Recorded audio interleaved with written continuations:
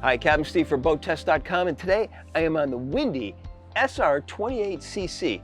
This is a functional center console that serves as a great day boat, a casual overnighter, and a yacht tender because of the quality of its fit and finish and build. For starters, the yacht quality features that make this such an ideal yacht tender has to do with a lot of the strength of build, things that you can't see, but you can feel it. I mean, as I pound on this, it's a solid boat all the way through. There's no hollow core to this. It's just strength and integrity. Look at this rub rail. You can lay that up against pretty much anything. That's much bigger than the average rub rail, to be sure. Look at the cleats. All the cleats are oversized. Or look at the support for the hardtop and for the table. How beefy those are. The supports continue up where they're wrapped in leather. Obviously, there's a lot of comfort going on this boat, and I would probably say those features start right here with a 43-inch wide bench seat at the stern. Table just ahead, it's expandable. There's wood inlay surrounded by laminate over a wood core. In the closed position, beverage holders, and an exposed grab rail, leather wrapped. Underneath the seat is refrigeration. The seat's reversible, so it can be aft facing, watching the action off the stern for water sports. There's a tow bar going over the engines.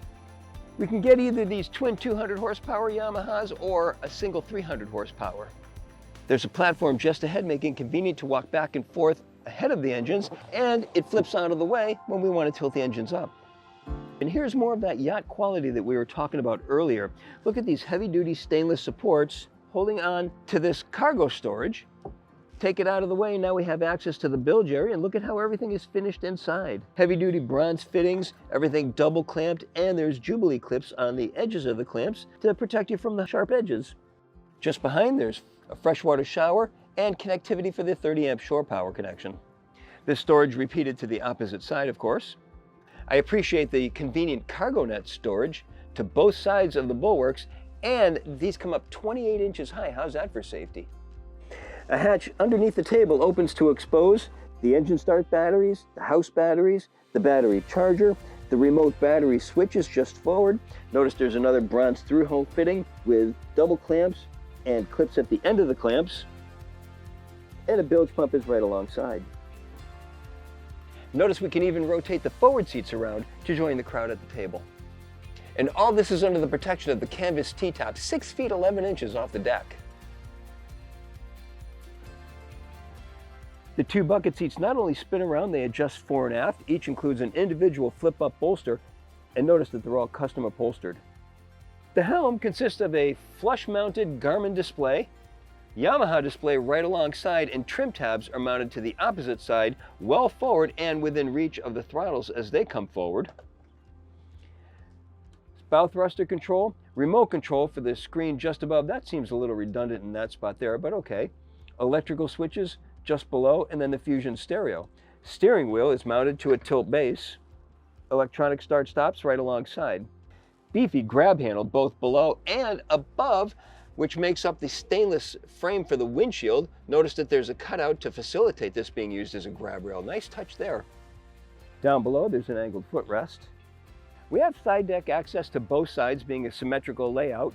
12 inches wide, bulwarks come up 17 and rails top out at 25. Seating starts with a 39-inch forward-facing bench seat and then U-shaped seating just ahead, wrapping around a solid wood table on a high-low pedestal. This can be lowered. We can put a filler cushion in and turn this area into a sun pad. It's surrounded by rails that come up 12 inches from the seat base. Continuing forward, the rails are split to facilitate bow inboarding. 9-inch cleats are to both sides, along with the nav lights. Beverage holders are just behind a hatch that opens up to reveal the ground tackle, which consists of a windlass, a through-the-stem anchor roller, all-chain rode. Now here's something we rarely see, a horizontal windlass instead of the ubiquitous vertical ones. I like it because the chain rolls over the teeth and drops straight down rather than being on the side and then having to make a 90-degree turn to get below. Also, there's plenty of room in the locker to sort out tangles if you get them. Controls for the windlass are to both sides of the hatch. The turn and lock latches seen throughout this boat are all flush, and you have to get used to being able to lift them and turn them in the right direction. I'd rather see lift and lock latches. For deck hardware, there's water to one side, a waste pump out, and fuel fill to the other, but none of them are labeled. I'd really like to see that labeled. I know that when I take this off, it's water because it says so right there, but I could easily see somebody filling this with fuel. Having said that, now let me tell you what I do like about them. First, you don't have to be hunting around for the two-pronged key to open the conventional filler top, and it's easy to unscrew by hand. Second, there's a keeper lanyard on the cap to prevent it from falling overboard. As for overnight accommodations, well, that's accessed from a sliding hatch to the port side of the helm.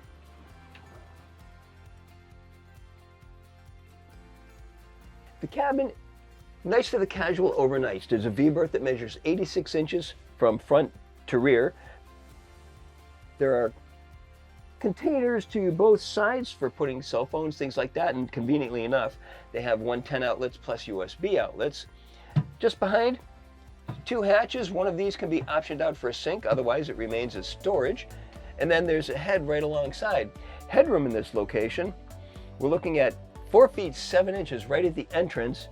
Over the berth, it varies from 3 feet 2 inches to 2 feet 6 inches to 1 foot 4 inch. Now there really isn't a need to opt for the sink right here because there is another one inside the head compartment. Overhead clearance is 4 feet 8 inches, which gives us 3 feet 3 inches of sitting headroom. The Windy SR28cc has length overall of 27 feet 8 inches, a beam of 8 feet 2 inches, and a draft of 3 feet 3 inches. With an empty weight of 6,614 pounds, full fuel, and 3 people on board, we had an estimated test weight of 7,695 pounds. With a pair of 200 horsepower Yamaha F200s turning 14 by 19 props and run up to 5,500 RPM, our speed topped out at 42.2 knots. During testing at the Windy factory with 18 pitch props, their speed topped out at 44 knots. We measured best cruise at 3,500 RPM and 26.7 knots. At that speed, the 12.5 gallon per hour fuel burn worked out to be 2.1 nautical miles per gallon and a range of 153.2 nautical miles, all while still holding back a 10% reserve of the boat's 79.25 gallon total fuel capacity. In acceleration tests, we reached planing speed in an average 2.9 seconds, cruised through 20 miles per hour in 4.9, and 30 in 8.3 seconds. It's a fun boat to drive. We had a little windblown chop going through our test area in the Intracoastal Waterway, so not a lot to contend with, but it was fun driving through it. She just skips right along from one wave to the next, cuts through it kind of nicely. A little bit bouncy, but that was to be expected. It's a boat and they float, so going over the waves like that, we did bounce across the waves. Heels over quite hard if you put it into a power turn. Some guests that aren't used to boats might find that a little bit uncomfortable. I didn't. I thought it was kind of cool. I did notice that she's sensitive to trim. A little bit goes a long way, so just touch on the trim tabs. And for that matter, the only time I needed the trim tabs was to level the boat out for an uneven distribution of weight. That's it. Other than that, nice, straight and true. Good bow rise upon acceleration, so don't be shy about hitting the throttle. Get her up on plane and get that bow down again. Aside from being a fun boat to drive, I really like the layout because it's a comfortable boat to be on and spend the day on. Also, the accommodations are nice, so you can do some casual overnighting, but mostly it's the fit and finish. It's a yacht quality boat that makes it ideal for a tender in addition to being a great family boat. And that's my full features inspection and performance evaluation of the Windy SR28cc. For BoatTest.com, I'm Captain Steve. We'll see you on the water.